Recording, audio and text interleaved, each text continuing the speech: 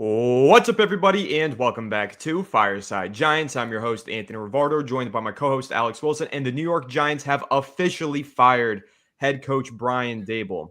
Are we not live? It doesn't say that we're live. What just happened? Are we live? Uh, I don't know.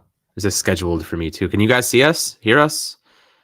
Oh, is this? Oh, maybe because you made it. Oh, we're live. Okay, so Michael can see us. We're live. We're We good. are All live? right, continue. Okay, so we're It's live. just StreamYard New doing York things. Giants just fired head coach Brian Daboll, and they are moving forward with offensive coordinator Mike Kafka as the interim head coach. I think we're all rejoicing about this. This is long overdue. I think Brian Daboll survived 16 different fireable offenses, and now he's finally out after another collapse on Sunday afternoon. So I see Michael in the chat saying the chains are off. I see everybody saying Christmas is coming early for the Giants. It absolutely is. Brian Daboll, the stink of losing, is now no longer going to be shackling down this New York Giants team. I mean, what we saw yesterday was an embarrassment, and it was at least the fourth embarrassment that we've had so far this season. I mean, you look across the season and all the different losses that the Giants have. They've blown 3 two-possession leads to lose games. They've blown 4 total games, including a 3-possession lead later on the season. I mean, how many times do we have to watch the same story unfold over and over again? And now it's finally over, and Mike Kafka gets his chance to audition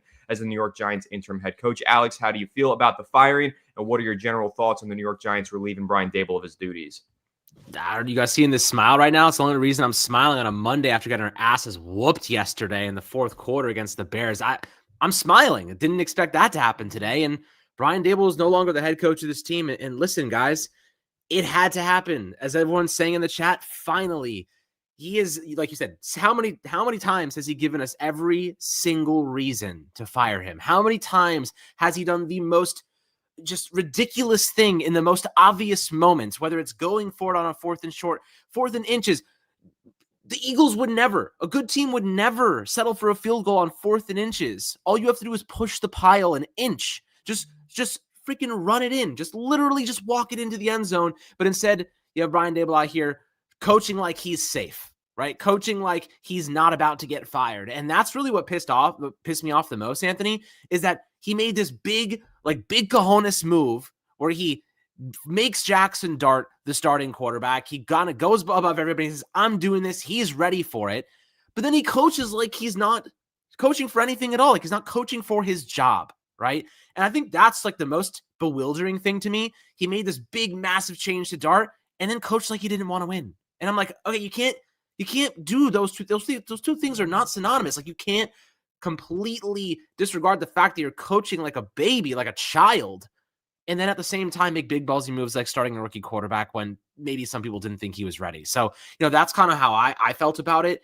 Mike Kafka, this is literally his chance to be aggressive. He has nothing to lose. In fact, he has everything to gain. If he shows he's aggressive, he can do this, he can do that. He can put the team in a position to win football games. Hopefully Jackson Dart's healthy and he doesn't miss any time. Obviously prayers up to him and his situation with the concussions. But, the Giants were asking for it. When you run a quarterback that much, you're asking for your quarterback to get hurt. And I think that it was one of the nails in the coffin. Jackson Dart getting hurt, getting a concussion. It's no coincidence that Daboll gets fired right immediately after that too. It's not a coincidence at all. And you mentioned the Giants running Jackson Dart basically into the ground, literally and figuratively ran him into the ground. He got a concussion as a result. A lot of that has to do with personnel. And we'll talk later on in this live stream about Schoen. Should he be next? Should the New York Giants fire him midseason or should they wait till the end of the year? I think you guys know where I stand on that, but we'll dive deeper into that in a second. I want to share some stats on the New York Giants this season under head coach Brian Daboll, Alex, and just let you react to everything that I'm about to share. So, through 10 games, the New York Giants have blown 4 two-possession leads versus Dallas, versus New Orleans, versus Denver, and versus Chicago. That's right. Through 10 games, 4 two-possession leads they blew, including 1 3-possession lead on the road against Denver. That's unbelievable. They rank 3rd in total penalties committed, 79 penalties through 10 games. They rank 29th in red zone conversion rate, converting a touchdown in the red zone on only 47% of their trips this season. They rank tied for 1st in delay of game penalties with 7 on the season. They rank tied for 7th in false starts with 16 total false starts this season. They rank 2nd in defensive pass interference penalties with 10 total, which ranks 1st on 219 yards lost. And they rank 3rd in total penalty yardage. This team procedurally was a disaster with head coach Brian Daboll. They were consistently underprepared and they consistently choked in the biggest moments because they were not only underprepared, but also outcoached in those big moments. That's why Brian Daboll is being fired. Has nothing to do with Jackson Dart and how special he looked. The injury, of course, didn't help his case, but really, you look at the scope of this entire football team. The constant penalties, the constant shooting of themselves in the foot, the way that they found ways to beat themselves. I mean, you think about that 2 possession leads blown. If they win those 4 games, it's a completely different narrative that we're talking about this season. We're talking about rookie of the year Jackson Dart leading us to a potential playoff berth. Instead, we're 2-8 for the 3rd consecutive season. The things are going downhill fast, and now they're making the head coaching change, which is long overdue. So I want to share those stats, let you react to them. I mean, some of them are mind-blowing, but it really highlights just how poorly run this team was from a head coaching and just general coaching standpoint over the last 10 weeks. Yeah, I mean, listen, you look at the offense and you look at Dart and you look how, he's operating at a very high level, but a lot of it is out of structure. A lot of it's on the run, as kind of second efforts. Like you said, I mean, this team doesn't know how to win. And look, Jackson Dart looks like the future, not just the future. He looks like he's going to be a superstar, but you can't win football games alone. You can't do it. Despite the fact he has no offensive playmakers out there for the most part, despite the fact his interior offensive line is still spotty, his tight end drops passes, like the play calling is inconsistent at times, like they don't make good decisions. The timeout usage is poor. He is still succeeding, right? Against all odds, against all of those things. So, the truth of the matter is Brian Daboll didn't know how to win games. And I think that you look at other teams that have beaten us, the Bears, Denver, teams like we were leading early in the game, the Saints, and you look at what good coaches do. It's not how you start, it's how you finish. Brian Daboll was one of the worst finishers in the league at the head coach spot. Like, he could not figure out a way to protect a lead. And I think that his biggest mistake when it comes to protecting leads was not trying to score more points. His version of protecting a lead was trying to waste out the clock and putting the ball in the hands of the defense led by Shane Bowen, who at this point has one of the worst defenses in the league. Like, your offense is scoring points. Logically, you should want to score more points because that probability is higher than your defense making a stop, even though, they maybe had a really good 3 quarters against the Chicago Bears. They've proven that they cannot finish games in the 4th quarter. You have to prepare for that reality. Brian Daboll's biggest problem is not that he couldn't do it, is that he refused to learn and adapt. He refused to take steps in the right direction. He refused to learn from his mistakes. He made the same mistakes over and over and over and expected different results, which is the definition of insanity, right? You can't expect different results doing the same exact thing. He watched Shane Bowen run the same exact off-ball coverage play against Denver and against the Cowboys, and yet he did not stop. And despite the fact they had a timeout, they had a 5-minute span to actually make the decision of what defensive player they were going to call in that specific situation, he didn't actually know what was going on. It is quite evident that he had no idea what the defensive play call was. He had no idea what the professional thing was to do. He had no idea about situational play calling. He had no idea when to be aggressive. He was random, he was emotional, and he was erratic. And that's exactly how he'll leave the New York Giants. Random, emotional, and erratic. Because that's what he left us with, and that's where we are now. We're just hoping Mike Kafka can bring a sense of logic and rationale to a team that just needs to make good decisions in critical moments. We haven't had a decision maker like that in quite some time. At least now we get to see if Mike Kafka is capable of doing it. Right. They just need a guy to be sound procedurally. And that's what the New York Giants lacked under Brian Daboll. They weren't procedurally sound. They were constantly getting in their own way and failing to do the little things that a head coach oversees and helps lead his team to victory with. I mean, when you're looking at it, Alex, I'll say this. I think that Brian Daboll had a lot of promise as a head coach. That 2022 season, I will remember that. He did an excellent job that year. But why was he so good as a head coach in 2022? He was aggressive. Over the last 3 years, he has devolved into the most conservative head coach in the NFL, and it was absolutely embarrassing to watch that downfall. Now, the New York Giants are going to give Mike Kafka a chance to prove to them why he's such a strong head coaching candidate, like the New Orleans Saints believe, like the Chicago Bears believe, like the Seattle Seahawks, the Houston Texans. These are all teams that Mike Kafka has made it to the final round of interviews with. He is one of the most promising young head coaching candidates in the league, and I am happy that the Giants are giving him this time to audition, as I've been advocating for them to do for the last 2 weeks here on the channel. I've been saying they need to allow him to be the interim head coach. They need to find out what they have in Mike Kafka. Everybody else seems to think that the Giants have a real stud in their coaching ranks with Mike Kafka, except for Giants fans. Well, let's see. Are Giants fans right, or are the Seahawks right? Or all of these other NFL teams right? That's what we're going to find out with Mike Kafka as the head coach. But Brian Daboll, some guys just aren't meant to be head coaches. Some guys are great offensive coordinators, and that's that. And unfortunately, that's the case for Brian Daboll. Great offensive coordinator, smart offensive mind, great play caller as an OC. When he's back on another sideline as an offensive coordinator, I expect him to bounce back and have a good career. But that man just was not a head coach.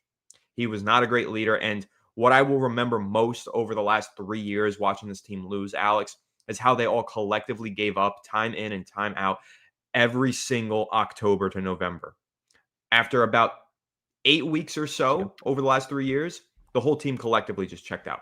The tone just shifted from the head coach speaking to the media, to the quarterback speaking to the media, to the defensive leaders and captains speaking to the media. The tonal shift that you get from the New York Giants in October was truly unbelievable. And it starts from the head down. It starts from Brian Daboll down.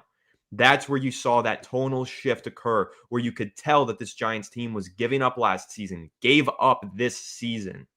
And the Giants can no longer afford to employ people who allow the team to give up. They need a leader who tells them that they have to execute from week 1 to week 18, no matter what their record is. From the first second of the game to the last second of the game, no matter what their record is. The Giants have lost sight of that over the last 3 years, and they need to regain that focus. And now that they've fired Brian Daboll, they can regain that focus and get rid of this toxic losing culture that has encompassed them over the last 3 seasons. Yeah, I mean, listen, you know what makes a man? How you respond to losing, not how you respond to winning. The Giants had a really good first season under the leadership of Schoen and Daboll, and I think the randomness and the emotion worked in the first year. The NFL didn't know how to really deal with it. Like other teams didn't know how to deal with the emotion and this and the aggressiveness. Daboll was unpredictable, but then he became predictable as the Giants started to lose. And what really makes a man, what really makes a coach, and any person really, is how you respond to failure. You know, how you respond to getting your ass kicked, how you respond to a lack of effort, you know, problems internally. I mean, we can't just ignore the fact that Brian Daboll had a really ugly breakup with Wink Martindale, and because of the Wilkins bros, who, by the way, one of them is like with the Rams right now kicking ass. Like, you kind of just see Brian Daboll. I mean, there were reports that Joe Schoen had to go and actually he was listening in on the games because Daboll was just cursing people out. Like, there are many reports that we forget about along the years, across the last 3 years. I haven't forgotten. I know. You haven't forgotten. I haven't forgotten. I mean, some people might have, but this is not surprising.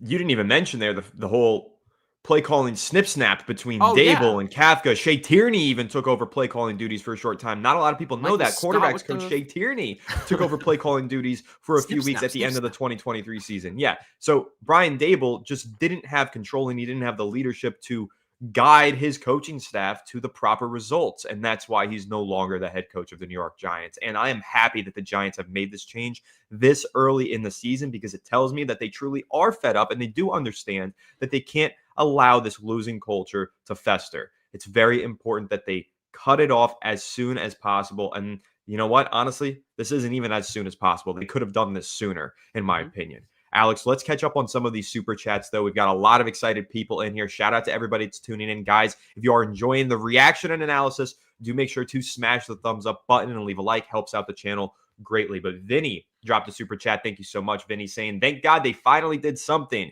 Yes, they did. Did they do enough, or do they need to make more firings, Alex? I mean, well, Vinny, appreciate the super chat nonetheless. And I think that Shane Bowen's got to go. I think they probably just didn't want to like rid the whole coaching staff immediately. They wanted some, you know, to give Mike Kafka at least some stability as he transitions into this new role. But, you know, listen, Joe Schoen probably has to go too. And the reason I think Joe Schoen has to go, I mean, we could go through the laundry list of reasons, but the number one reason to me is that if you're a head coach and the Giants are going to find new head coaches, new assistants, new this, new that, how am I supposed to convince other guys like high-end GMs or high-end coaches, high-end prospects or candidates in that regard to join a ship where the GM is still on thin ice, because they could fire the GM, a new GM could come in and shred the whole thing anyway. Like, how do you convince good candidates to come here and join Joe Schoen's staff, right? After what just transpired, after how he's dealt with players, the disrespect, the multiple storylines of disrespect to players over the years. Like, how do you convince good candidates to come here? The only way that that's possible is if John Mara specifically tells these candidates that Joe Schoen is locked in for the next few years. That is the only way that is logically sound, that makes sense. But I don't think that John Mara could even sit there and lie to candidates and say that Joe Schoen is safe. So I think he needs to be fired too, because you can't tell me that a good head coaching candidate is going to want to come here, despite the fact they have Jackson Dart, despite the fact that they have they're in the New York media market and have some really good players. Like, you are playing with fire in that regard. So that's my main concern. I think that's a valid one. It's a valid one. We're definitely going to dive into Joe Schoen discussion towards the end of this live stream. I want to just dedicate a whole portion of this live stream to talk about Joe Schoen. But what I will say quickly to kind of add on to what you're saying, you're mentioning how firing Joe Schoen is about trying to attract other people into the organization. And I understand that perspective. It also just needs to be about general accountability.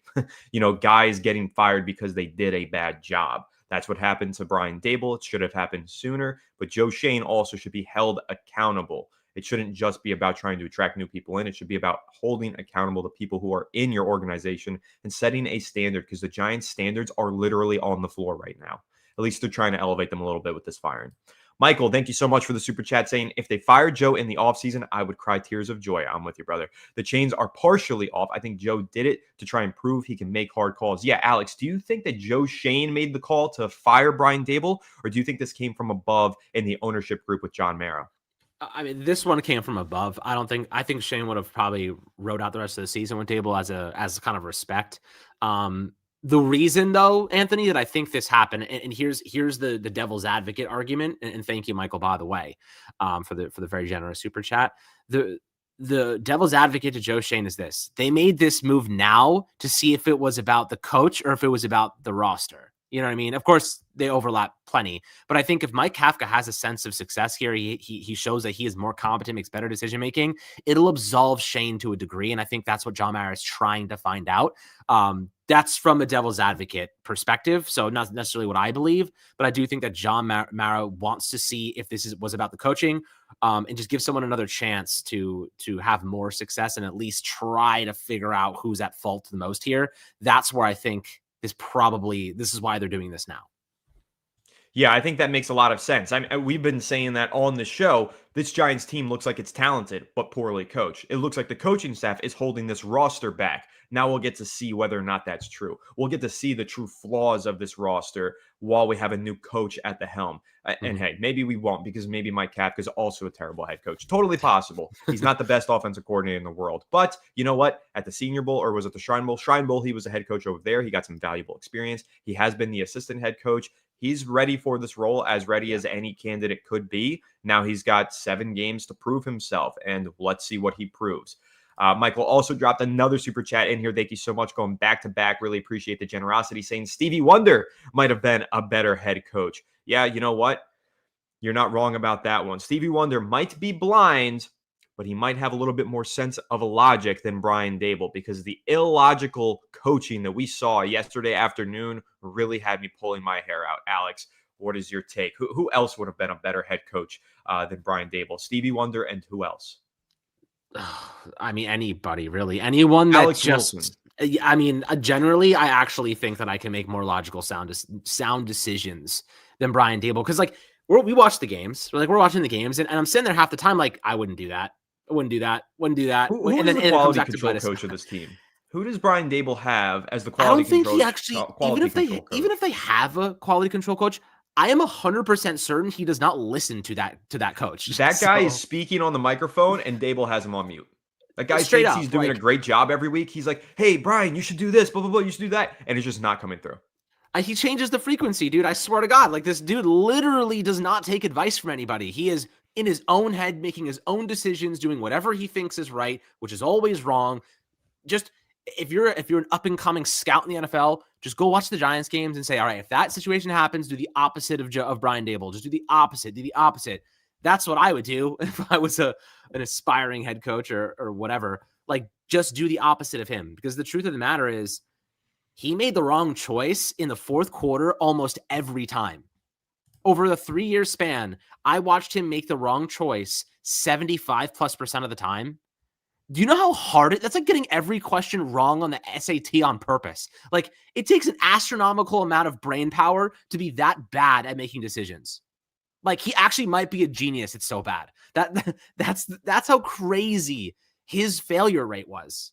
It's crazy how often he made the wrong decision. So, Mike Kafka, all he has to do is have a sense of situational awareness, just an inkling of situational awareness, and he should be much better. And that's what John Mara wants to find out.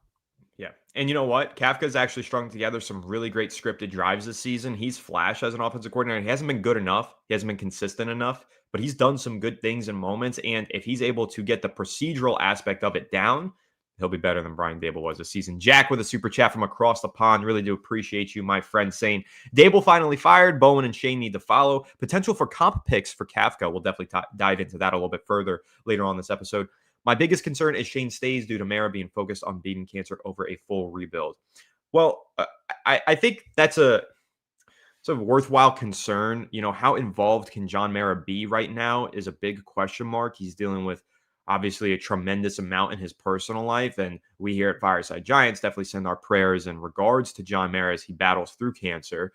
But he said in his statement that he is not stepping back at all from the football operations. He is still just as integrated and involved as he was prior to his diagnosis. And I'll take him at face value and believe him. And I'll believe that that's true because John Mara does live and breathe New York Giants football at the end of the day.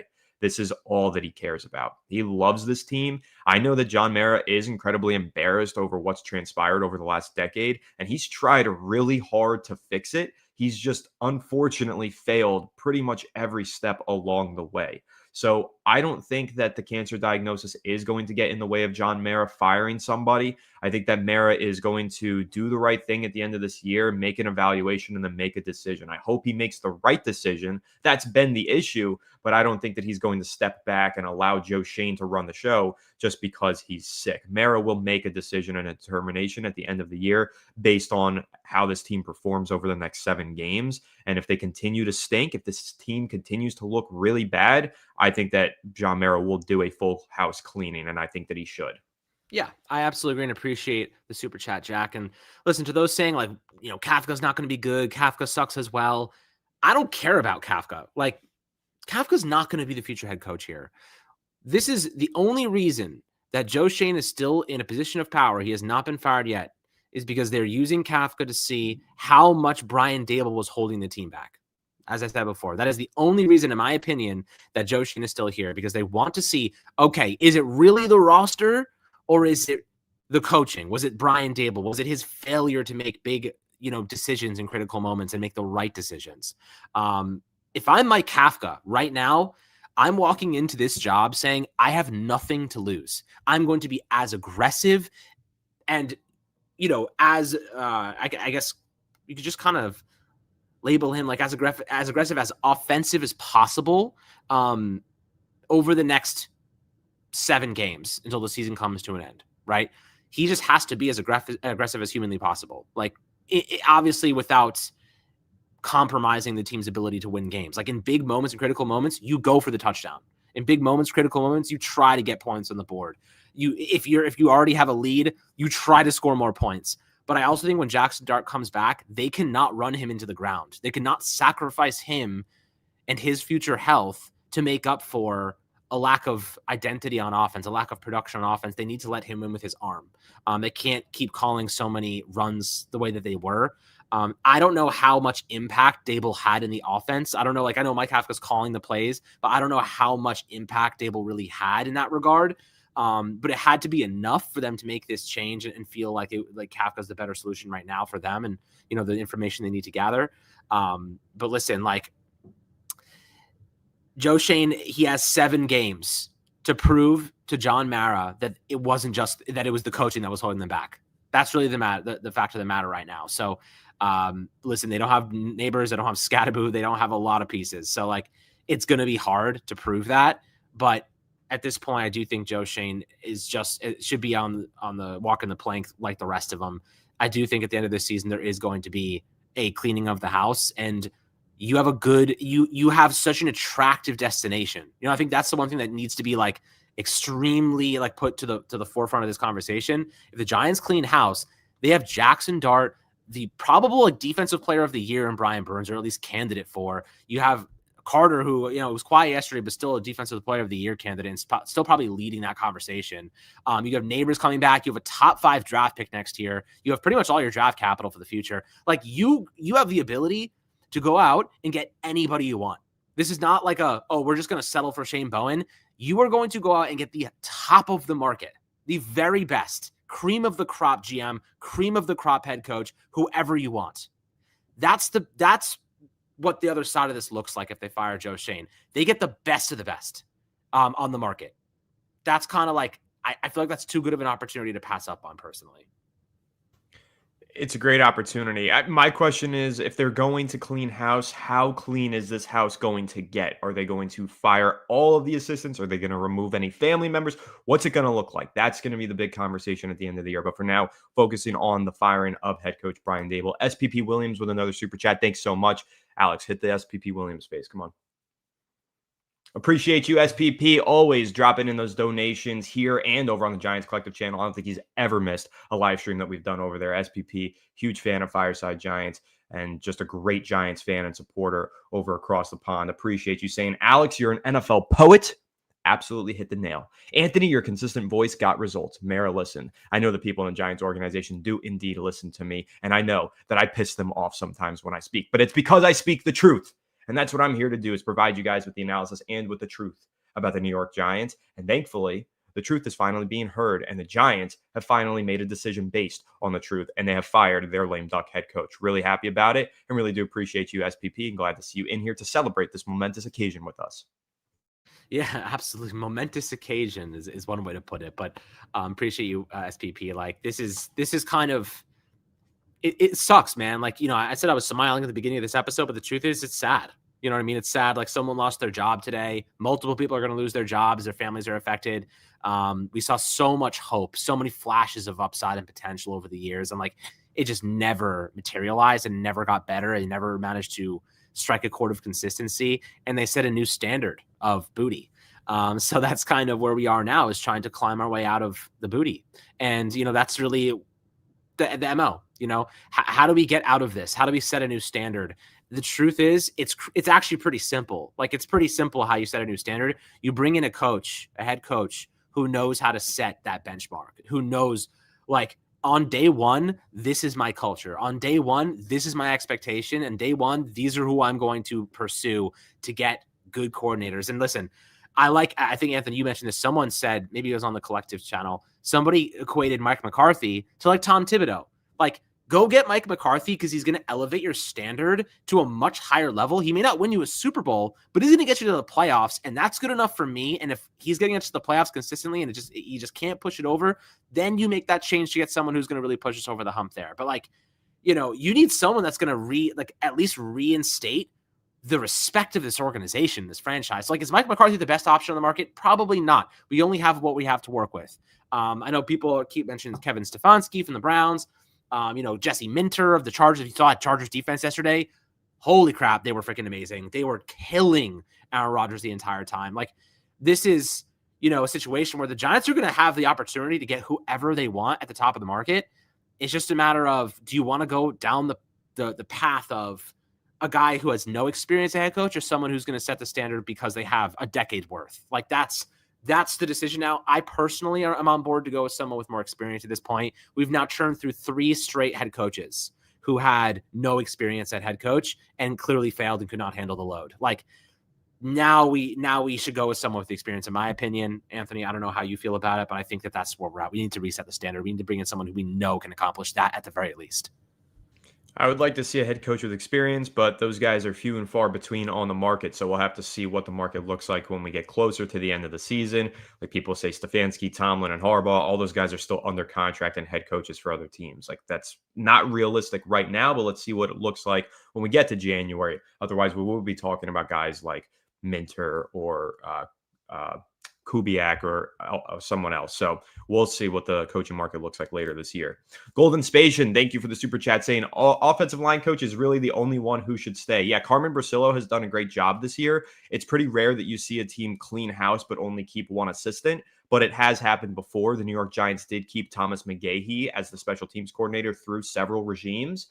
Different head coaches came in. Thomas McGahee stayed. Thomas McGahee continued to coach one of the worst special teams in all of football while he was with the New York Giants, and now he's coaching one of the worst special teams with the Tampa Bay Buccaneers. So, that was an obvious one that should have happened much sooner, but it does happen. Sometimes there are holdovers. In fact, if you go over to the Atlanta Falcons, when the Giants did clean house last time, or actually when they fired Bobby Johnson last time and they hired Carmen Brasillo, they did request to interview the Atlanta Falcons offensive line coach. His name is slipping my mind.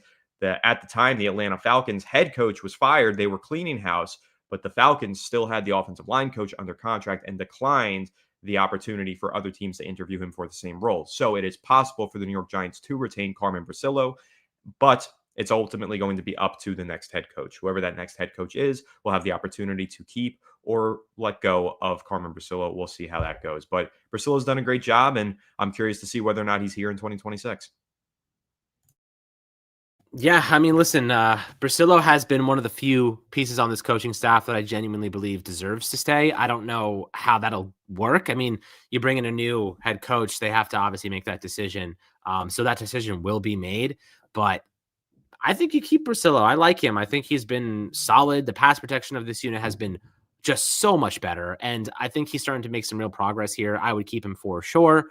But that's obviously not up to me. I do think that right now, there's a really good opportunity for the Giants to maintain the pieces that they have put in place that are good and not get rid of good ones. They have to be, pretty selective in this instance. I think Bowen's obviously got to go. Listen, the run stopping has been problematic, but our cornerbacks don't like to tackle aside from Drew Phillips. Our linebackers are spotty at best and always, kind of our LB2 is always hurt. Our interior defensive line, Dexter Lawrence is not playing like his normal self. And I think it's more of an effort thing because I think he's just tired of losing, to be quite honest with you guys. This is a team that like they can't look like they did you look at this Bears game, right? That effort that they put forth in the first three quarters, like it can't just disappear, right? This team is so inconsistent with their effort. 100% effort should never be a question. It should be a demand. You know what I mean? It should be a requirement of being on the football field. And the Giants sometimes lack effort. So, whoever their future defensive coordinator is has to demand respect from this team's leaders on defense, demand respect from whoever's on this defensive side of the football. And they have to tackle with physicality. Like they have to make sure that you meet me in the hole, you're limping back to the freaking huddle. Like that's obviously you're not trying to injure people. I'm just saying more so in like a physicality, like tackling like a perspective, but like you have to make sure that people know that you cannot just run the football on us or pass the football on us, or, you run the ball, you're going to get hit hard. Like the Giants don't instill that type of fear into players. I think Cam Scadaboo had that type of energy about him, and he instilled that type of fear into opposing defenses, which is something that the whole team galvanized around. You know what I mean? So like, I don't know, like little tangent there, but the truth of the matter is this team needs to be playing like Cam. Every player needs to be playing like Cam Scadaboo and Jackson Dart. And it can't just be like one guy here, one guy there. It has to be a demandment. Another super chat here from James. Thanks so much, James, saying, y'all need to stop pointing at the GM and head coach. The root of the problem are the people that hired Daboll and Schoen, Joe Judge and Gettleman, and don't get me started on Tim McDonald. Listen, we've been banging this drum for years. I think we were among the earliest on this wave of calling out the Giants for nepotism. That's a word that I think I used in the 2020 head coach hiring cycle when we first started this YouTube channel. And it's a term that's stuck with the New York Giants. And a lot of people have highlighted the wave of nepotism that has just kind of crashed over this New York Giants franchise as they've hired friends and family members in major roles in the front office and the coaching staff all over the place. They always just rely on people that they know personally rather than the best man for the job. We thought that they finally got out of that realm of nepotism with the hiring of Joe Schoen and Brian Daboll, but then we saw underneath the surface, there were still a lot of other family members, and Kevin Abrams isn't a family member, but he's been with the organization for a very long time, but hasn't been doing a great job for a very long time. There's friends and family members who are holding key positions within this New York Giants organization just because they're friends and family members. And I've been crying out for the New York Giants to change this way of thinking for a very long time. Stop running this organization like a family business and start running it like a professional sports team. Hopefully that's the wave that the New York Giants are going to move into this upcoming offseason. But ultimately, I don't know if that's going to be the case. I can't prove it. We're just going to have to see what occurs and what John Mara is willing to do and who he's willing to sacrifice. So, James, we hear you. We're with you. It's just not up to us at the end of the day. Otherwise, we would absolutely clean the entire house out and start over. Yeah, I mean, listen, this is the NFL. There's going to be nepotism. I mean, it is what it is. Look at the Colts, man. Like, the daughter of the owner passed. The owner passes away. The daughter takes over. It's nepotism. The Colts look great. Like, it's just. That's not what. That's a succession. That's different. Yeah, but like you could argue that she was given a role that she may have not had to interview for. She inherited something that was owned by her. It's different. Tim McDonald isn't inheriting anything. He was given a job that there are other qualified candidates that could do that job. That's whatever. It doesn't matter. The point being is that you look at what the Giants have in that front office, and we don't really know how much power Tim McDonald has or where he goes with this power, how he influences this team. Because all we hear is like Joe Schoen does this or this. We don't really even see I've never even seen Tim McDonald speak before, let alone what his influence is. I know he's the director of personnel he's at all of those pro days. He's been at every single pro day. He was like heavily featured in Hard Knocks too, doing a lot of the conversations about Saquon Barkley. He had a lot of thoughts in those meetings with Joe Schoen. He's really involved with all that shit. He's the director of player personnel, as you mentioned. He's very involved with all of those things. Yeah. So, that's kind of the role where, like, if you're Joe Schoen, how do you dance that line? If you're a GM, how do you dance that line? That's what I would be asking. If I was a new GM coming in, the Giants fire Joe Schoen, what is Tim McDonald's role? Like, am I supposed to be listening to him? Like, I didn't hire this person. Like, is he just a name? Is he just there to offer insight? I don't have to actually take the advice or the insight that he gives me. Like, what is actually his power within this organization? Like, that's a question I would love for someone to one day, or one of us to find out. But you just look at so many people in this organization that have influence, and you bring in outsiders. The Giants, like, finally, like, they go out and they get this outsider in Joe Schoen and Brian Daboll, this tandem. And it feels like there's so much miscommunication that happens behind the scenes. Like, I mean, guys want this to happen. Other people want this to happen. Like, you look at the coaching and the personnel, and like, nothing actually makes sense as a cohesive unit. Even between Brian Daboll and Joe Schoen, it didn't make sense.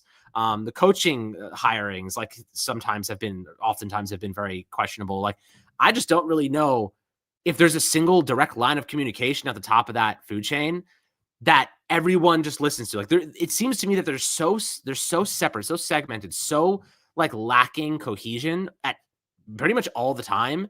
I genuinely don't know how you fix that. Like, that's what people are kind of, like, frustrated about, is like, you have guys like Tim McDonald. Like, there is a humongous thing, because you can't remount Tim McDonald because he's, like, part of the ownership. Like, how do you like, walk that tightrope if your guy's coming in from the outside, and you're just inheriting people on the interior that are not going to get fired, not going to lose their jobs, not going to get demoted. In fact, they're going to get promoted for being horrible. And like, that's tough. That's a tough one to navigate if you're new, general manager, new head coach, entering a situation that there's already people there that you never hired. It's tough. I don't know. It is tough, and that's why the New York Giants need to clean the house. Jaden Rossi with the super chat. Thanks so much, saying Mara is 1 for 8 hiring coaches, so who knows what's next. We're the 8. I know since 2015, they had Ben McAdoo in 2016. Steve Spagnuolo was interim in 2017. 2018, they had Shermer. He got fired at the end of the year, so there wasn't at the end of 2019. Then they had Joe Judge. Now they've had Daboll. and now it's Kafka. So Mhm. I don't 1 for 8. I think it's more like, well, even who's the one that he hit on there? At head coach, I don't think he's hit on I a don't head think he coach. hit on anybody. I Unless you're mean, talking obviously because Tom I don't Coughlin, think but like, he didn't hire Coughlin though, did he? no, I don't think Yeah, I didn't so. think so. I mean, I don't So know. Either way, 1 for 8's a pretty horrible track record I here in don't, the but I don't last. even think he is 1 for 8. I think he's worse Yeah, than 0 that. for 8. I think he's 0 for 6. I mean, who knows? Yeah. Maybe Kafka, but probably not. I mean, how But do you judge someone off a half a season? Not even, if they win like we all can. their games, okay. But Yeah. let's Yeah, I be mean, it's not gonna realistic. happen. Yeah, I mean, Yeah. listen, like this is I'm happy that they did this because at least now we get to kind of turn the page, and we get to see what happens next. And look, I'm interested. I'm interested in what the Giants are going to do the rest of the season. And I wasn't this morning. You know what I mean? Like I didn't really care about the rest of the season for the Giants. Dart has a concussion. He may not play next week. The team is losing. They don't really care. You see a lack of effort all over the place. Like I was out. I think most of you guys were too. At the very least, I'm bought back in for the next 2 games just to see what Mike Kafka does. If everything looks the same, nothing changes, I'll be out again. But, it does fill a couple extra seats for the Giants on their bottom line. So, from a business perspective, sure, fine move, whatever. From a fan perspective, okay, I'm interested for another week. And this is how it always is for the Giants. Oh, something happens, I'm interested for another week. It's just a matter of when they run out of time, like when they run out of interesting things to do to convince us to stick around. And like, that's been like 6 years straight of that. So it's pretty demoralizing as a fan. And, I just hope they can get this right this time around. And I hope they bring in someone with experience because I don't think I can survive the mistakes of another rookie head coach not knowing what to do ever. Hope is all we have left at this point. We can hope and hope. But anyway, what do you think of this chat? Alex and Anthony for HC and GM, JW says, which is which, Alex? Which role do you think? I think you'd be a good head better coach. suited for. Okay. I think you'd be a good head coach. But maybe we just split the roles. Okay. We'd just be like one collective. We can, we'll just tandem. Like we're both like vice head coaches, vice GMs. But here, let me ask you this, like to build off of this, because I think this is interesting. Let's pretend you're Joe Schoen. Or let's pretend you're a new GM that inherits the Giants situation right now. You have Dart, you have all these guys. What's the first 3 things that you're going to do to this team to get them back on track? If I'm the GM? Yes, you're the GM. Good, whether it's a lot. It's okay, so now I'm being interviewed for the GM position is essentially what's happening. Yes, and then I'm gonna have to throw this back on you and say, what would you do as head coach? But okay, so let me get a little more context though. Have the Giants gotten rid of any of the family members in the front office roles? I would say that the Giants, all the nepotism remains because we know that is going to be. We know that's going to stay. So you are now walking into a position where you have to deal with the nepotism. You have a top 5 pick. You have Jackson Dart. You have most of your draft capital, and you have a lot of cap space for the future. So you're in a pretty decent spot to take over, despite the fact you have Tim McDonald barking in your ear some bullshit.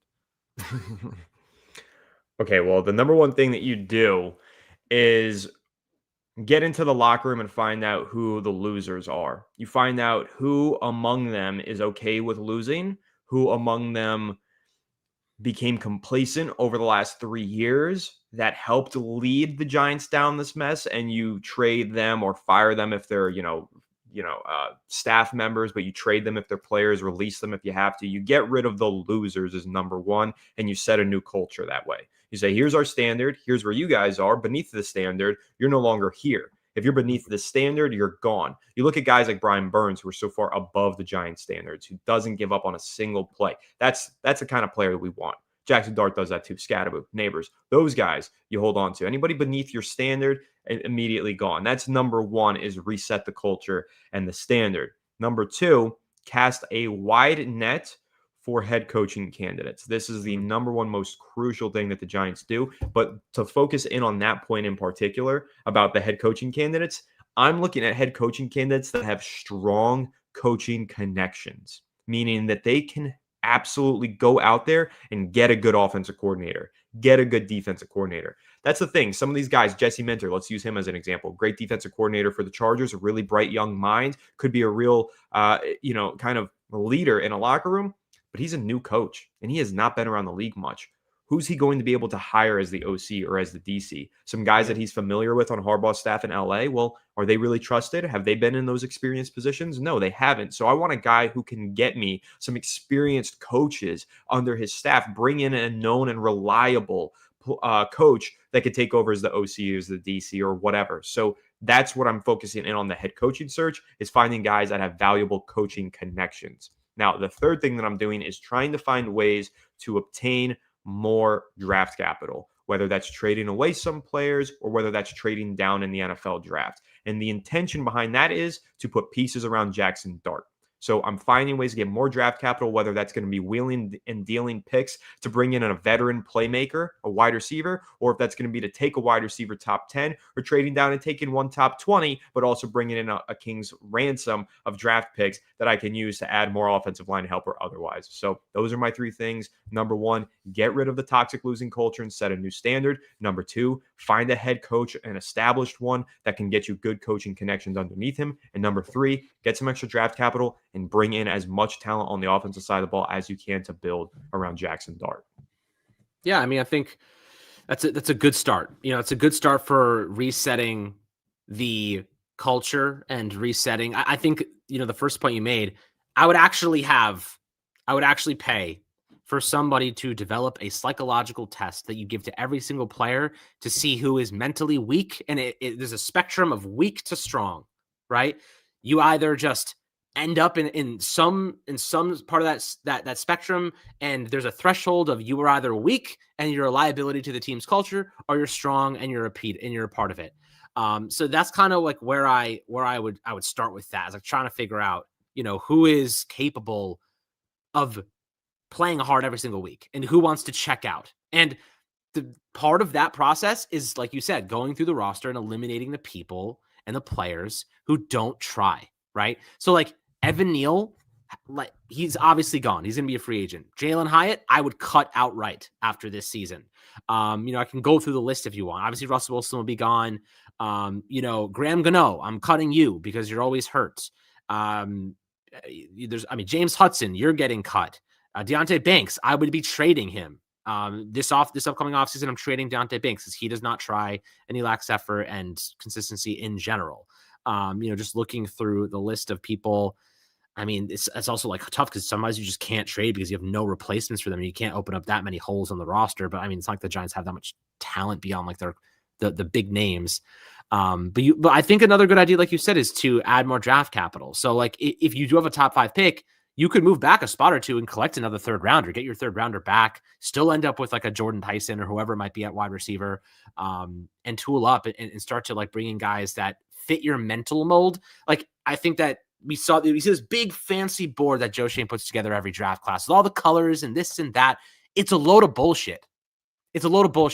That was his rationale to convince John Mara that he modernized. Yes, but you're going to need to get used to the bullshit. I have some news to share with you, and I got to get your reaction to this. Okay.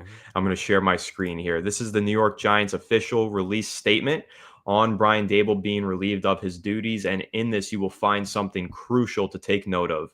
Joe Schoen remains in his position as general manager and will lead the search for a new head coach. From John Mara, we feel Joe has assembled a good young nucleus of talent, and we look forward to its development. Unfortunately, the results over the past 3 years have not been what any of us want. We take full responsibility for those results and look forward to the kind of success our fans expect. So, that is from the ownership explicitly stating that Joe Schoen is here to stay. All right. Well, that's asinine to me. That's absurd. I thought that the rest of the season would be meant to see what Joe Schoen's roster looks like with another head coach at the helm, but clearly they believe he's done enough, right? Clearly they believe he's done enough to keep his job, and this is insane. But this is John Mara. This is ownership. This is the Giants' ownership. They're like patient with guys who haven't earned patience, and you just look at the situation at hand. I just don't think he wants to deal with it. I straight up just don't think he wants to deal with it again. I think he just wants to keep the GM and hope that he gets better and whatever, because he's tired of like turning things over every 2-3 years. I He's think he's just falling for the don't do it. lies. That's what this is. It's Well, Joe that's it. Schoen feeding him a bag of shit, like you just said. It's Joe Schoen lying to him and John Mara falling for it. This is sad. It's actually sad. Joe Schoen is taking advantage of a sick old man. That's what I'm seeing here. What are we doing? We're talking about a general manager who allowed Saquon Barkley to walk out of the door and then have a historic, arguably the best running back season in NFL history, who allowed Xavier McKinney to walk out of the Yeah, door and right. then lead the league in interceptions and be a defensive player of the year candidate. He allowed there are two ways that you can look at the Daniel Jones situation. Number one, he never should have paid him that contract. Number two, after paying him that contract, he left and he became an MVP candidate. So Mm-hmm. he messed that thing up in three different ways. This is not a good general manager. This is a guy who has the New York Giants strapped up against the cap every single year. Yeah, okay, they're financially healthy in the following seasons, whatever. They can make some moves and change some things. They shouldn't have to do all that. This is a general manager who has allowed the head coach to do what the head coach has done, who had the opportunity to potentially fire him this past offseason and did not. This is a head coach who sells us on these big draft picks that he makes, like Jalen Hyatt in the third, like Evan Neal with the 7th overall pick, like Tyler Nubin in the second, and all of these guys suck. These are not good players that he's drafting. Yeah, he's hit on a few of them. The layups, Abdul Carter, 3rd overall. We knew that was going to be a stud. Jackson Dart, I saw that one coming. I thought he was going to be a star. Anyways, Brian Daboll told him to draft him. It wasn't even Joe Schoen's initial decision. He wanted Shedeur Sanders, according to all the reports. You look at all these other picks. Malik Neighbors, oh, that was a tough one. Slam dunk, obviously, with the 6th overall pick. That's a layup. Even Cam Scatterbo, when he was there in the 4th round, everybody wants to say, wow, he stole a running back in the 4th. That's where running backs go, guys. Good running backs in the NFL are 4th-round picks. That's normal. That's not even a shocker. I don't understand where he gets all the credit from. What did he actually do to turn this team around when they are 2-8 for the 3rd consecutive season? How the hell is he selling to ownership that Brian Daboll can be a worthwhile scapegoat here? Joe Schoen is just as responsible for this mess as Brian Daboll. You could argue if Brian Daboll had an extra $22 million in salary cap space, which is what they're paying in dead cap to Daniel Jones, that Brian Daboll could have won more games this season because he could have invested that money elsewhere. Instead, that was the mistake of Joe Schoen that prevented this coaching staff from having the additional talent. Couldn't you make that argument? But no, we're going to make the opposite argument and allow Joe Schoen to keep this job. That's utterly ridiculous to me. I mean, yeah, you said it best, man. I mean, he has cashed in on top 10 picks every year. Malik Neighbors was a walk-in touchdown. Abdul Carter was a 3rd overall pick. Anyone with half a brain would have made the same choice, right? The only pick the Giants had outside of the top 10 was Deonte Banks, and he's unplayable. Their 2nd-round picks, Tyler Nubin, has looked borderline unplayable this season. John Michael Schmitz is still very, very spotty in his 4th year, right? The Giants got, I mean, Anthony, we sat there in this last draft class. And what did we say? You can go back to watch all of our videos. We loved Cam Scatterbo. We liked Darius Alexander, who's already starting to turn a corner, look good. We really liked Jackson Dart and thought that he could be special if it translates, which it has, right? All the players that the Giants ended up drafting, Marcus Bowe, we really liked him. Like, all the players the Giants ended up drafting, we talked about right here on the podcast. If you guys have been a fan of the Fireside Giants podcast for a long time, you watched us go through all of these players and said, yeah, we like these guys. Like, it was not hard to pick Abdul Carter. It was not hard to pick Cam Scatterbo. The move to get Jackson Dart actually was Brian Daboll's decision, which is the funniest thing about it, right? Like, what has Joe Schoen done to deserve this leash? I don't really know. And I just expect it to bite us in the butt. That's all I'm going to say. I hope to God it doesn't. I hope to God he gets this one right.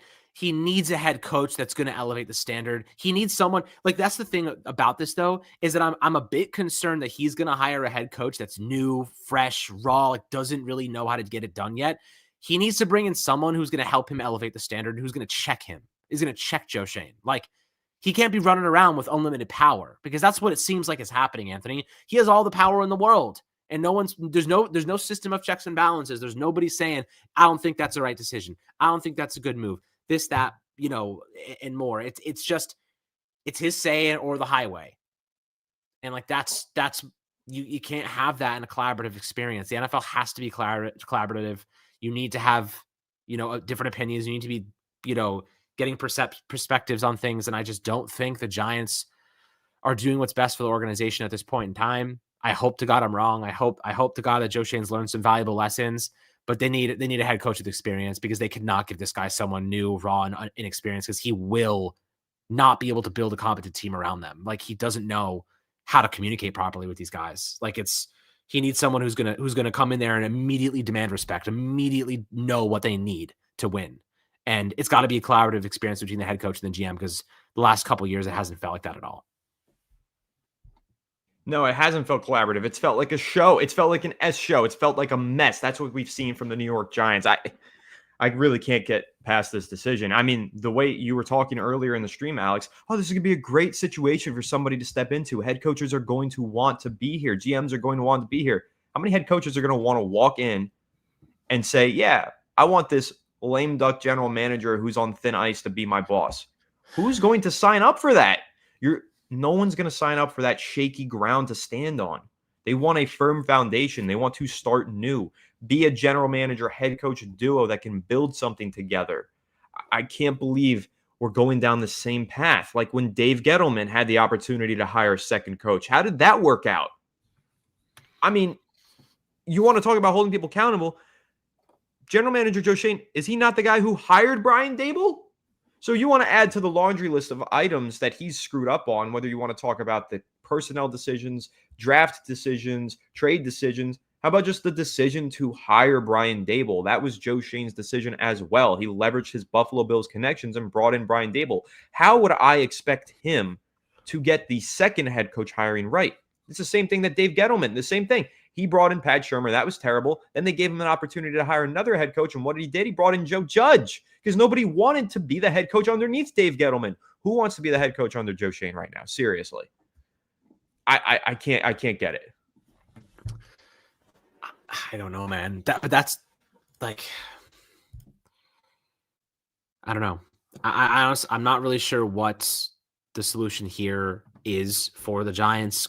I think Joe Schoen has lots of problems, and he hasn't learned the way that we hoped he would. You know, we hoped that he would learn from these mistakes. I mean, Joe Schoen even said it himself, like, you know, we have to learn from our mistakes and you know, keep pushing forward. We have to hope that this doesn't compromise their ability to get a good head coach. And I think that that's probably why they didn't do it, because they don't think it will. But it absolutely could. And if it does, we're going to sit here saying, I told you so. Jackson Dart is the only reason that Joe Schoen has a job right now. He's the only reason, because without Jackson Dart, you literally have no leverage over anything, over any future head coach, over getting anyone to come here. Jackson Dart alone is going to be the reason they get a head coach that's worth a damn. The only reason. So just thankful that we have Dart right now, and he's the only thing saving this decision from being even worse than it already is. Like, he is holding this team together, this organization together like glue. Like he's the glue. Joe Schoen's riding Jackson Dart's coattails into the sunset right now, and thanking God that Daboll left him with that parting gift. That's real. That's the reality. This head coaching search, because of this, by the way, Anthony, because they fired Daboll, now they can start interviewing head coaches a lot earlier, or at least, you know, they can get them in during the playoffs and stuff like that, at least if they're not on playoff teams. So like guys like Mike McCarthy, they'll probably get in there for an interview way before anybody else. That's the benefit of this decision. But you still have to make the right one. And I don't know if this guy is capable of doing it. Mike McCarthy's not coming in here with Joe Schoen as his GM. Well, that's I highly doubt that. I mean, listen, maybe I'm wrong. Maybe I'll be proven wrong. I really doubt he's going to say, yeah, let me sign up interview, to be underneath. Yeah, he's going to interview, and he's going to walk out of the interview saying, you know, my life on the couch ain't so bad. That's what he's going to say. All right, we got to catch up on these super chats, though. We have a lot of generosity coming in today. A lot of people excited over the firing of Brian Daboll. I'm sure a lot of you are now fuming over the non-firing of Joe Schoen. So we'll continue to discuss that a little bit more. Cam Simpson, good friend of mine, sending in a super chat saying, what does Kafka have to do for you to win the job? Win out. He's got to win every game, dude. I need the Giants to go out there and just be world beaters for Mike Kafka to win the job, because he can't be absolved of the mess. He has not been perfect by any means. He hasn't even really been a great offensive coordinator by any means. So he's been just as responsible for a lot of the Giants' mistakes in recent years. And so I need Kafka to absolutely flip this franchise overnight to win that head coaching job. And I just don't really think that it's possible. But who knows? I mean, if we look back on the 2017 season, we probably wish that the Giants did hire Steve Spagnuolo. Hindsight's always 2020, but that's likely going to be the case here again. I really doubt that the Giants are going to promote from within. Although if their options are limited, since they're keeping the general manager, maybe they do promote from within. We'll see how it unfolds. Yeah, I appreciate the super chat, Cam. Like, listen, Kafka, what does he have to do?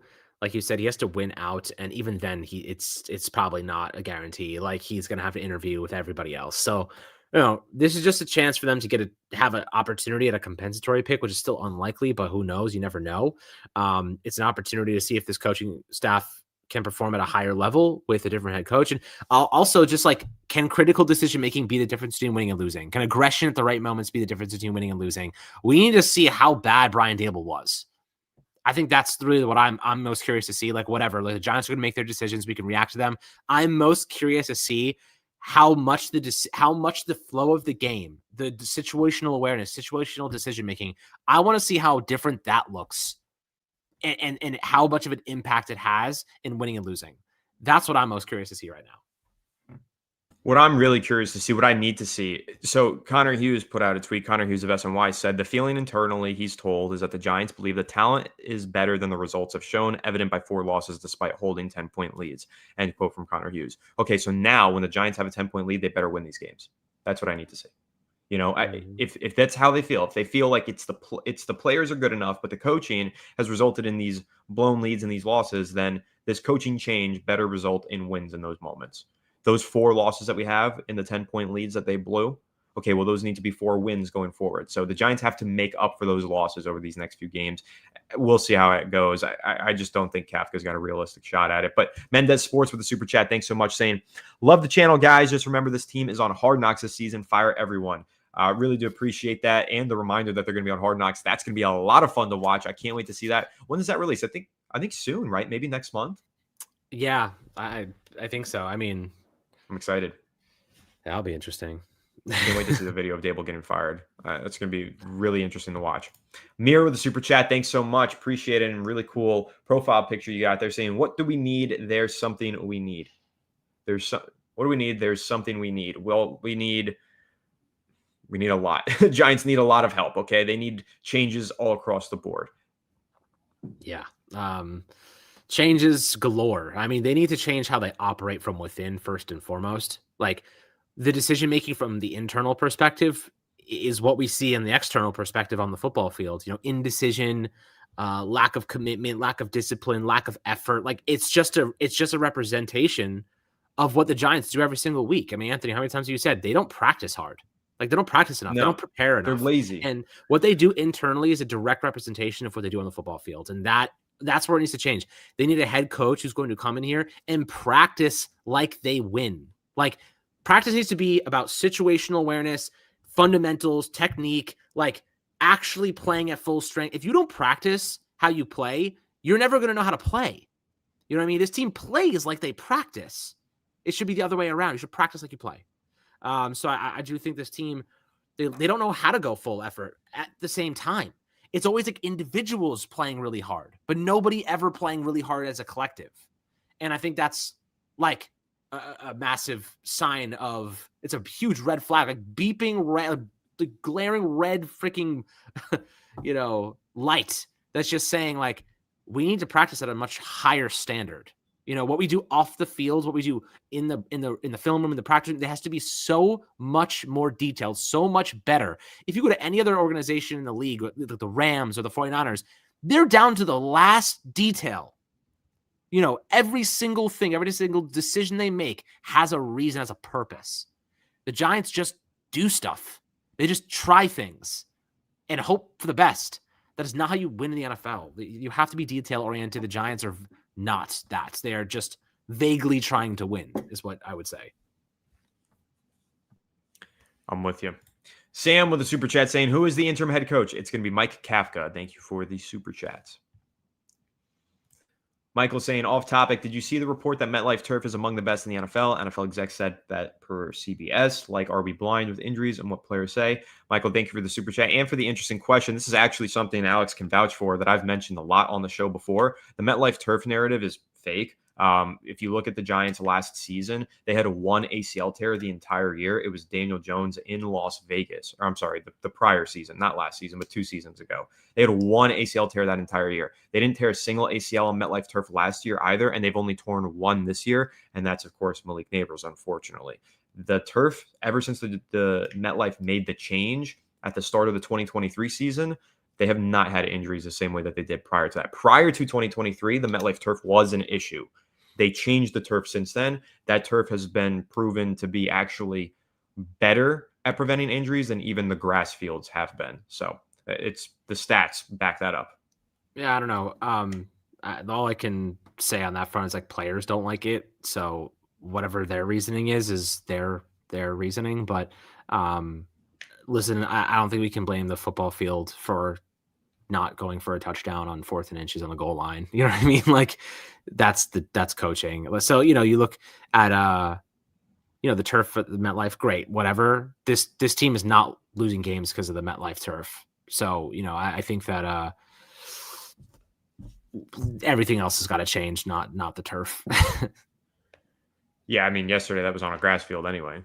There was injuries yesterday on a grass field. So obviously in the cold in Chicago, but injuries are part of the game. That's really what it is. And yes, the MetLife turf used to be an issue, but statistically it's proven to be the best playing surface with turf in the NFL over the last few years. So Sam said, please tell me Bowen was also let go. I'm sorry, Sam. Thank you for the super chat.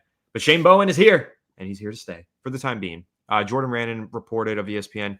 He reported that Bowen is not going to be fired now, and the Giants don't plan on making any changes now, but that doesn't mean that they won't make changes. So for now, he's still in the position, but they could end up making changes, and I would bet that they probably will.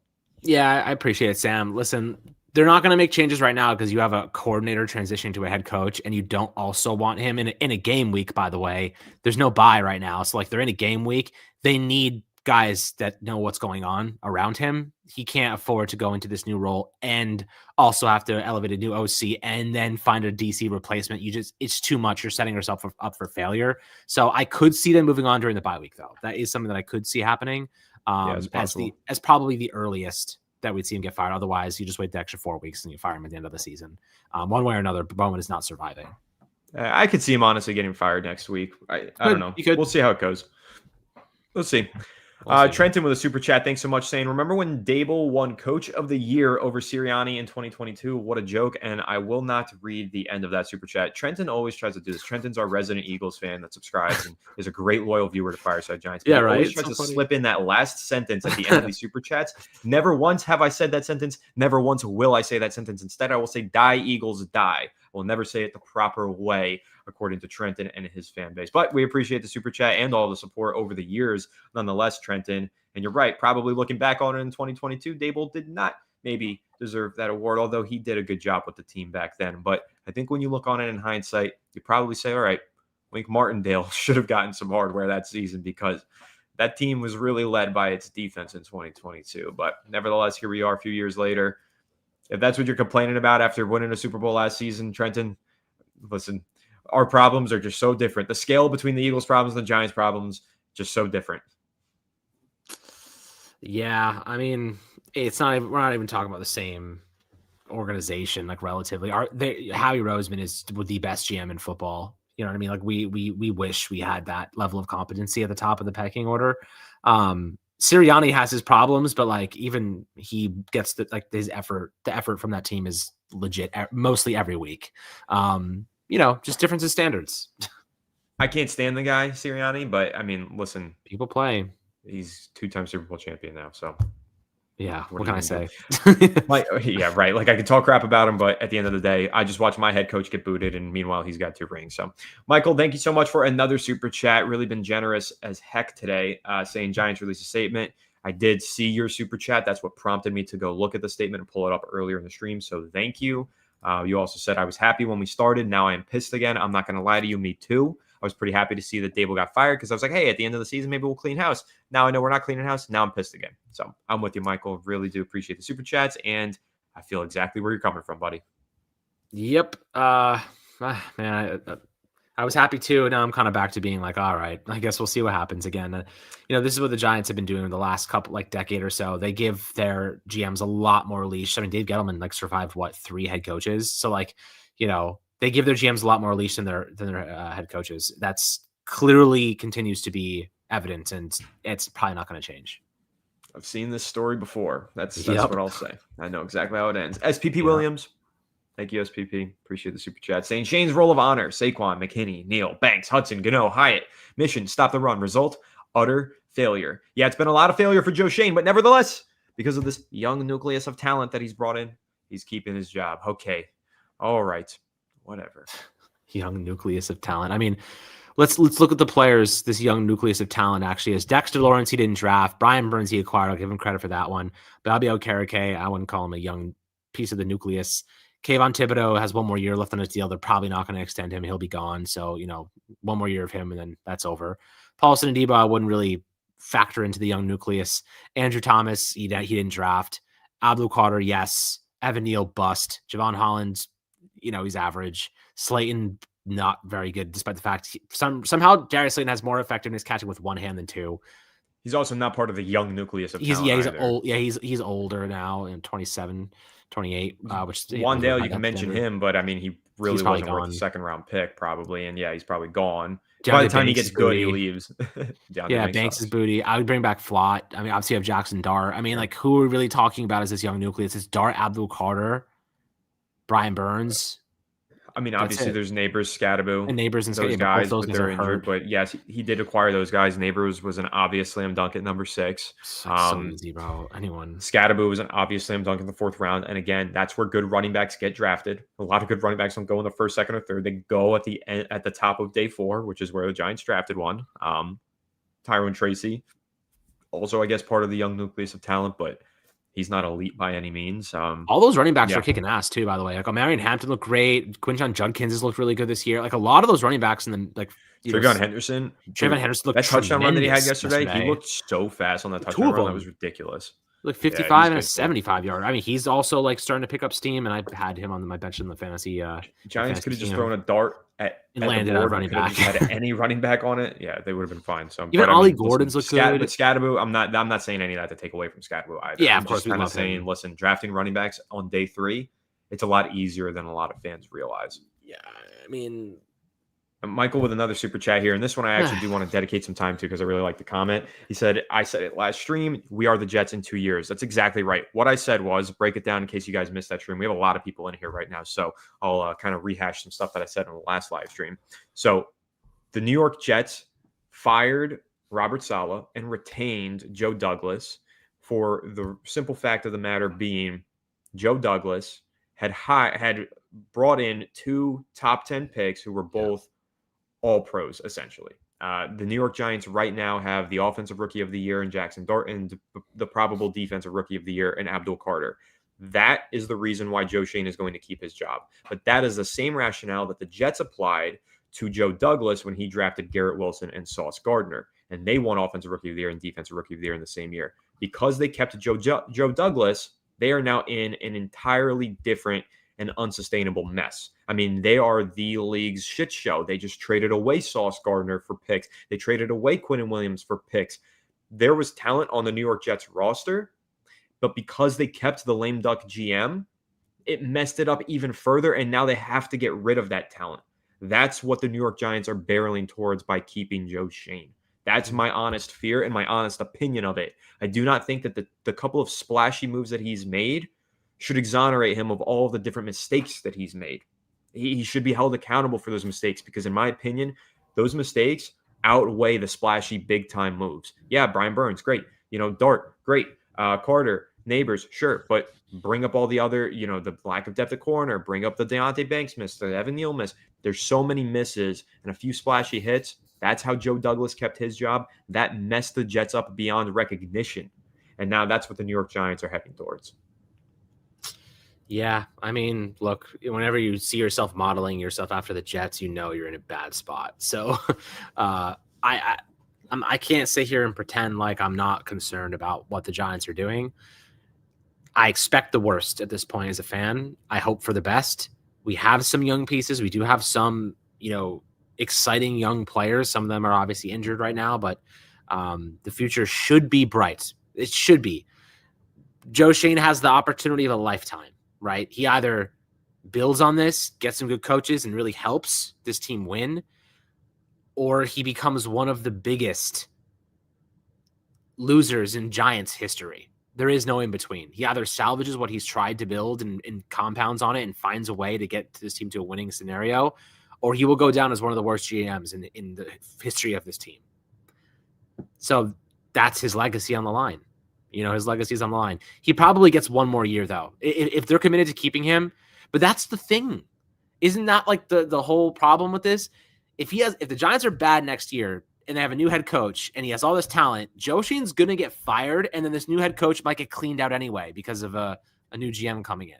And now your young quarterback has gone through 3 head coaches in 2 years. So it's like, that's the concern. Joe Schoen still isn't on thin ice. I don't really think his job should be safe. I still think there is a major what if with him next year, especially. So John Mayer's playing with fire, and we know he loves to play with fire. He loves to give guys more leash than they deserve. And now we got to see if he's wrong about it, which usually he is. So not feeling overly optimistic anymore after the original firing. Yeah, I'm with you. This organization always finds a scapegoat, and they always go with the half measure. Mm-hmm. I'm sick and tired of half measures. They should be taking full measures to correct this, and they're not. Joe with a great super chat here saying, firing Daboll and keeping Schoen is like cleaning your house, but putting all the clutter in closets and sweeping dirt under the rug. House is still dirty. I love that analogy. It's absolutely perfect. Yeah, it absolutely is. That's exactly how it feels. This team is they're just kicking the can down the road. Instead of doing what they have to now to clean up, they're just kicking it down the road and hoping that they don't catch up to it. That's what it is. Yep, and I bet it will. Marcelo with the super chat, thanks so much, saying, what do you think of the idea of hiring John Gruden? So, listen, I haven't necessarily fully formed my opinion on John Gruden, and I will over the coming weeks as we now evaluate head coaching candidates. But I do think it's important to remind fans of a couple of things. Number one, John Gruden is thriving in the media world right now. He's making a boatload of money with Barstool, and so you're going to have to give him a really enticing offer to get him to walk away from that. Number two, John Gruden is currently suing the NFL. And number three, John Gruden is suing the NFL because they've pretty much accused him of being a massively problematic person behind the scenes. Those are 3 things that you need to consider as a fan before you jump at the idea of John Gruden as the head coach. Now, I'm not saying yes or no to this. I'm not saying what my personal opinion of it is because I haven't done enough research on it to give you my personal opinion. Once I do, I will share that opinion. But I just think all fans should be aware of those 3 things, do their own research on it, and then make your own decisions as well. Because yes, he's a former Hall of Fame caliber head coach. That's true. Yes, he loves Jackson Dart. That's also true. That does not necessarily mean he is the right guy for the job. That does not necessarily mean that a former head coach will reintegrate perfectly back into this modern NFL. We've seen it before with coaches leaving and coming back. It doesn't always work out. You can't guarantee that it will for John Gruden just because he loves Jackson Dart. And I know that's why fans really want him. There's a lot of coaches that love Jackson Dart. Some of them more qualified at this time than John Gruden, who hasn't been in the game for a very long time. So just throwing caution to the wind. That's not me saying that he's a bad candidate by any means. I got to do some more research on it, but throwing caution to the wind. Make sure that you guys do read up on everything regarding John Gruden, everything that he's had to deal with on the field, off the field in the last decade plus. Look, they're probably going to interview everybody, so it's not up to us to make that decision. But just interview as many people as you can. Don't pigeonhole yourself into one person or 2 people. It's got to be a broad list, like you said earlier, Anthony. Open up a wide net. This has to be a wide net. Bring in Lane Kiffin as a candidate. Bring in McCarthy. Bring in Jesse Minter. Bring in all these guys. See who has the best plan to maximize Jackson Dart, who has the most connections to get some damn good coordinators in here. I'm going to bark if you keep saying Lane Kiffin's name. I love that guy. Jack Whitman with the super chat. Thanks so much, saying, if results don't change, does Schoen get fired or still stay? How can we keep repeating history and previous decisions which haven't worked? It's mental. Listen, I'm with you. I think it's crazy how the Giants just keep doing the same thing over and over and expecting different results. It's insane. That's the definition. I know everybody's heard that phrase and it's cliche at this point, but it is true in many respects. And to answer the first half of your super chat, while the Giants said that they intend on Joe Schoen leading this GM search, I think there's absolutely room for that to change, personally. Now, you might not agree, Alex. A lot of fans might think, no, they said he's going to be the GM, then he's going to be the GM. And while that's probably true, if things take a real turn for the worst over the next few weeks, like we think it's bad right now, if it somehow gets worse, I think they'll reevaluate this decision too. So right now, I'm going to operate under the belief that Joe Schoen will be the GM in 2026, but I'm also going to hold on to the outside belief that they could still potentially make a change. Yeah, I mean, look, I appreciate the super chat, Jack, and I wouldn't rule anything out. I mean, a former offensive lineman for the Giants, John Feliciano, just tweeted, ew, verbatim, ew, in response to Mike Kafka becoming the interim head coach. So he clearly does not like Mike Kafka for whatever reason. We're going to find out, And I don't know. I'll add on to this. Listen, I talk to people close to the organization. I know that the players in that locker room do not like Joe Schoen. So I think it's very strange for the ownership group to look at Joe Schoen and the work that he's done to acquire specific talents, exonerate him of the past when that past has clearly left a lasting impact and a negative effect on that locker room. There's a stain in that locker room that Joe Schoen spilled and is trying to cover up. I don't think that it's right to allow him to cover up that stain. They should get somebody in to take out the carpet. That's my opinion on it. The players don't like him. Well, soon enough, there won't be any players left from the era of letting, Saquon Barkley go to a rival and win a Super Bowl immediately and, do all that stuff. There's not many players left to remember it. They're all new. So it's like he's trying to clean slate here. He's trying to turn the page entirely on his mistakes from the past, the Daniel Jones extension, all that stuff. Obviously, you see what DJ is doing now, but, the support that he has is astronomical. The coaching he has is astronomical, just tremendous. Joe Schoen's trying to wipe the slate clean from a mess that he made. You know what I mean? It's like the fans remember, the players weren't around. I mean, you listen to what Jackson Dart said earlier. I don't know what happened before, but I wasn't here for it. That's what Jackson Dart said like 2 weeks ago. I don't know what happened before. I wasn't here for it. So that doesn't matter. I just want to win football games now. Joe Schoen's past mistakes, there's not going to be anyone around to actually remember them after this upcoming season, this upcoming offseason, aside from like a couple of holdovers like Andrew Thomas and Dexter Lawrence. Nobody else was here for any of it. So it's like you just kind of sit here and wonder, are these new guys going to be the leaders? Can they handle this burden? I think Dart can. He certainly plays like it. Scottaboo can. He certainly plays like it. Neighbors too.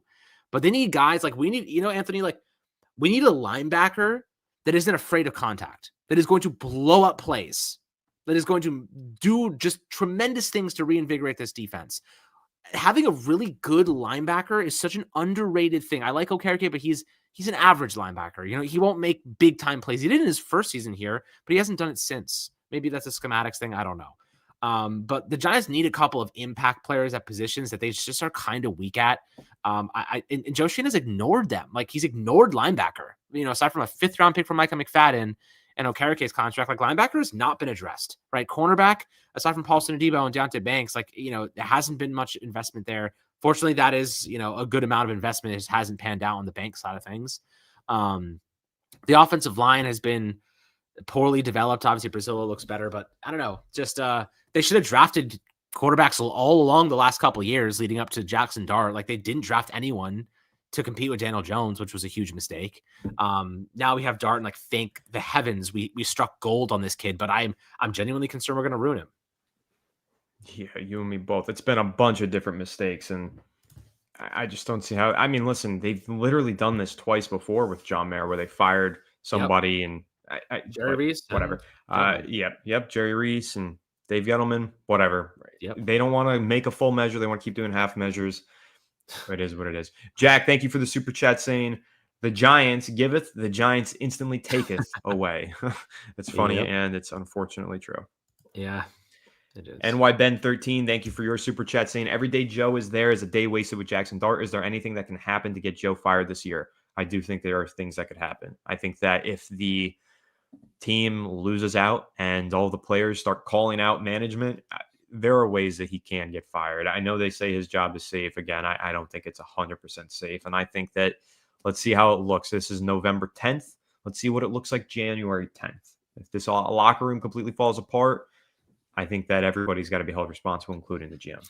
I've seen crazier things happen than the Giants looking even worse than they looked before. You know what I mean? Like, I don't think Mike Kafka is going to turn this team into a winning football team. If he does, awesome. If he doesn't, expected. So I'd say Joe Schoen is safe until proven otherwise. And the Giants always find new ways to set the standard lower than it was before. So it's a wait and see situation, but yeah, we'll find out within the next couple months for sure. If they let him hire a new head coach, I think they're probably going to give him an extra 2 to 3 years. Most likely, it's probably what ends up happening. That's what John Mara has done in the past, and like you said before, remember, like they fired Tom Coughlin, Jerry Reese stays, they hired Ben McAdoo, then they both get fired in 2017. Like then they bring in Dave Gettleman, and he churns through 2 head coaches in Pat Shurmur and Joe Judge, and here we are again. Brian Daboll's out. Will Joe Schoen survive the second head coach? So far, history has suggested no. But John Mara, he likes to keep repeating history. So, hopefully this time it ends. But I can't sit here and act like I'm very confident with it. Mm-hmm. And Don J with the super chat. We're all finally caught up here now. I'm probably winding this stream down. Thank you so much, Don J, saying, yes, we need a WR1B across from Neighbors. That doesn't mean we should let Wan'Dale walk. He knows how to make plays.